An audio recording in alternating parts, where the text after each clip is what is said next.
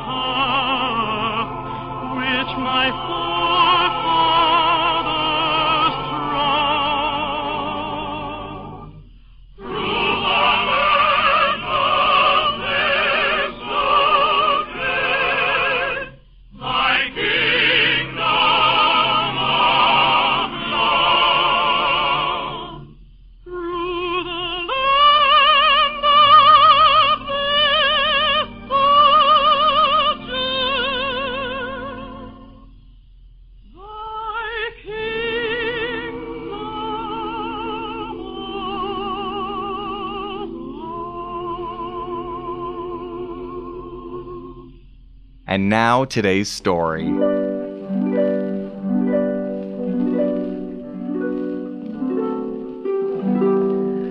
When David had saved his people from the Philistines, he became a popular hero, and Saul the king didn't like this. He became insanely jealous of David, although he had once loved him. Now Saul was afraid of David because the Lord was with him and was departed from Saul. And Saul sought to smite David even to the wall with a spear, but David slipped away and fled and escaped that night. And Saul sent messengers to David's house to watch him and slay him. Now Jonathan, Saul's son, loved David as his own soul.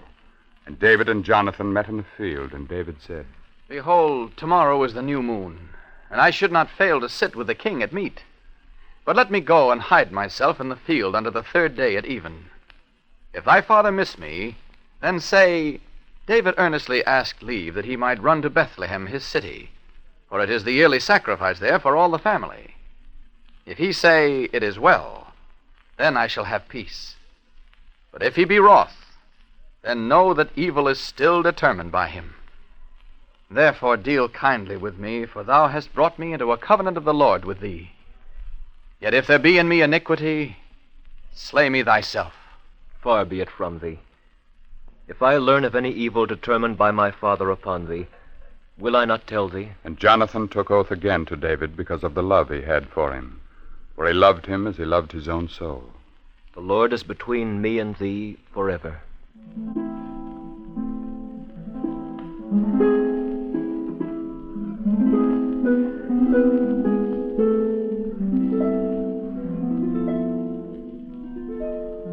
So David hid himself in the field. And when the new moon was come, the king sat him down to eat meat. He sat upon his seat, as at other times on the seat by the wall. And Jonathan sat opposite. But David's place was empty. And it came to pass on the second day that Saul said, Jonathan, wherefore cometh not the son of Jesse to meat, neither yesterday nor today? David earnestly asked leave of me to go to Bethlehem. He said, Let me go, I pray thee, for our family hath a sacrifice in the city, and my brother hath commanded me to be there. Therefore is he not come unto the king's table. Thou son of a rebellious woman, do I not know that thou hast befriended the son of Jesse to thine own shame? For as long as he liveth upon the ground, thou shalt not be established, nor thy kingdom. Wherefore now, send and fetch him unto me, for he shall surely die. Wherefore should he be put to death? What hath he done? Thou, nay! And Saul cast his spear at him to smite him. And Jonathan arose from the table in fierce anger, and did eat no meat the second day. For he grieved for David, because his father had done him shame. And Jonathan went out into the field to David, and they wept one with another. And Jonathan said, Go in peace, since we have sworn both of us in the name of our Lord, saying, The Lord shall be between us, and between my seed and thy seed forever. And David arose and departed.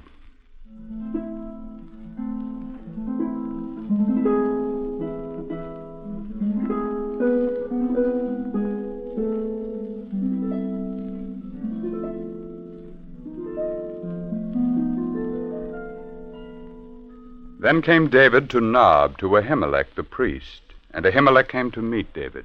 Why art thou here, alone, and no man with thee? The king hath commanded me some business, and hath said, Let no man know anything of the business whereon I send thee. Now, therefore, what supplies are here in hand? Give me 5 loaves of bread, or whatsoever there is present. I can give you some of the holy bread. Now a certain man of the servants of Saul was there that day, detained before the Lord. And his name was Doeg the Edomite, the chiefest of the mule drivers that belonged to Saul. And he heard and saw. And David said unto Ahimelech, And is there not here under thine hand spear or sword?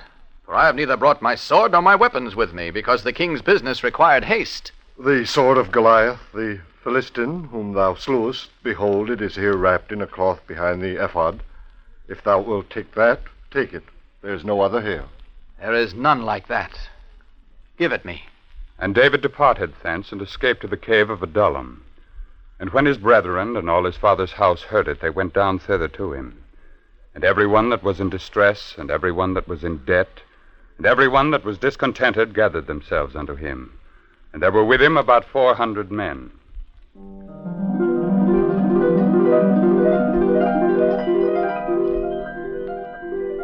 Now Saul heard of it, and Saul was sitting in Gibeah under the tamarisk tree in Ramah with his spear in his hand and all his servants about him.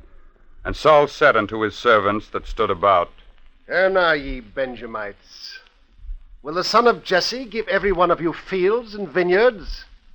Will he make all of you captains of thousands and captains of hundreds, that all of you have conspired against me? And there is none of you that is sorry for me? Or will disclose to me that my son hath stirred up my servant against me to lie in wait?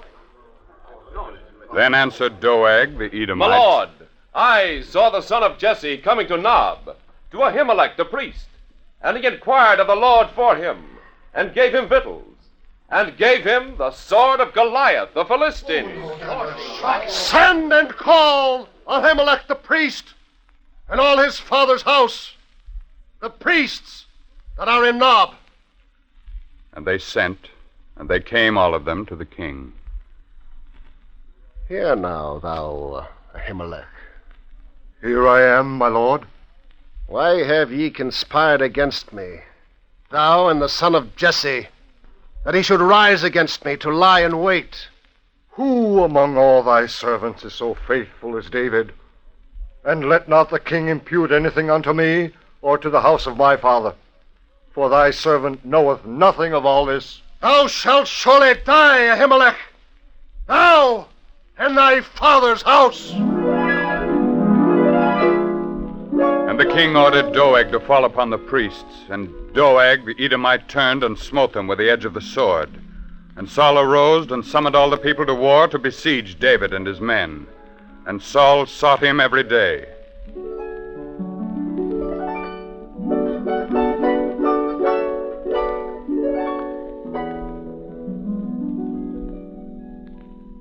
And David abode in the wilderness in the strongholds in the hill country of Ziph.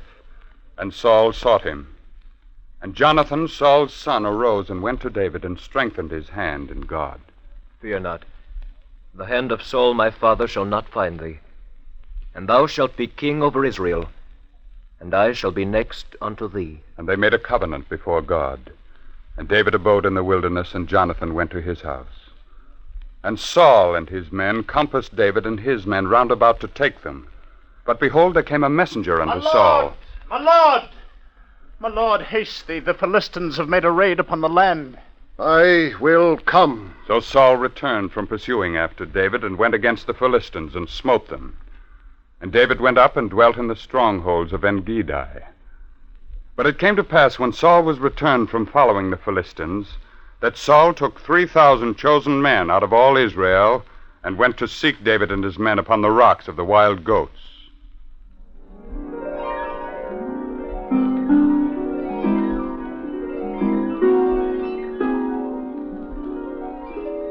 Now Saul and his men came to the sheepcotes by the way, where was a cave, and Saul went in to take his ease.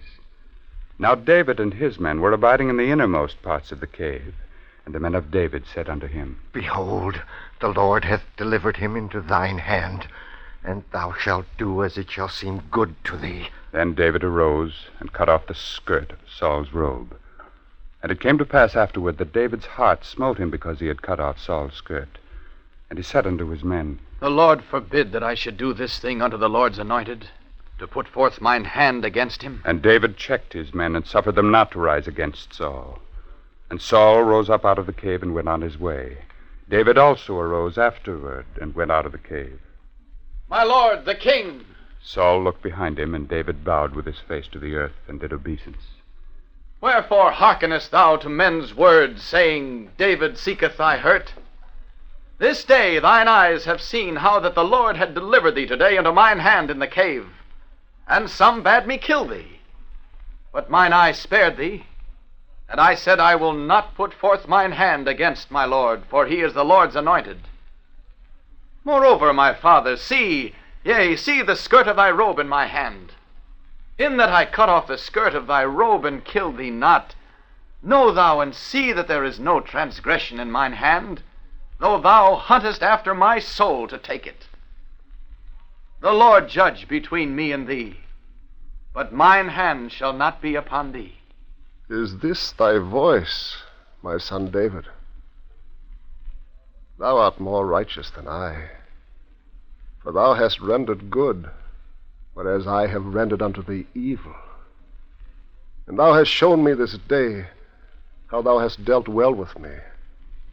For if a man find his enemy, will he let him go well away? And now, behold, I know that thou shalt surely be king, and that the kingdom of Israel shall be established in thine hand. Swear now, therefore, unto me by the Lord, that thou wilt not cut off my seed after me, and that thou wilt not destroy my name out of my father's house. And David swore unto Saul. And Saul went home, and David went his way.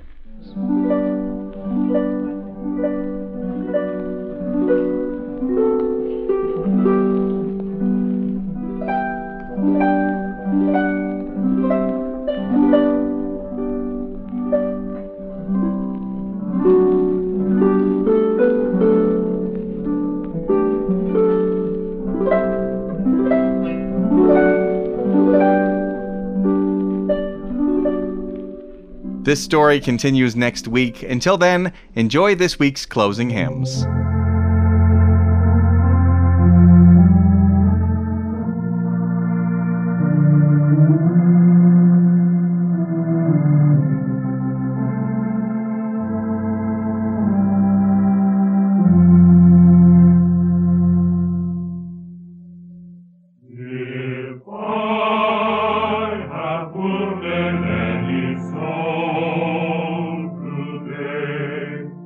If I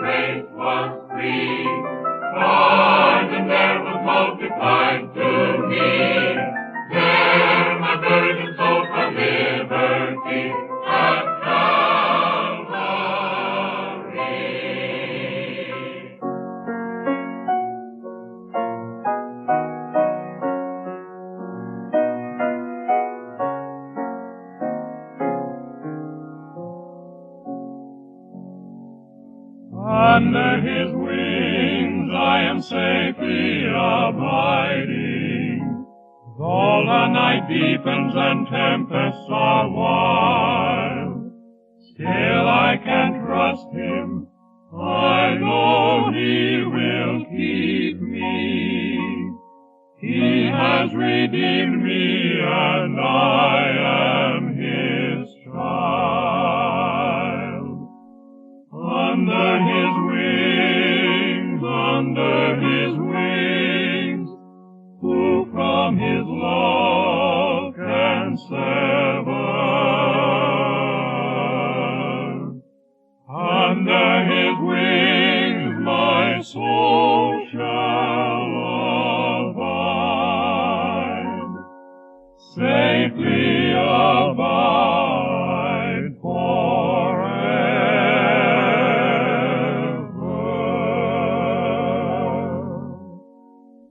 Under his wings, oh, what precious enjoyment! There will I hide till life's trials are o'er. Sheltered, protected, no evil can harm me. Resting in Jesus, I'm safe evermore.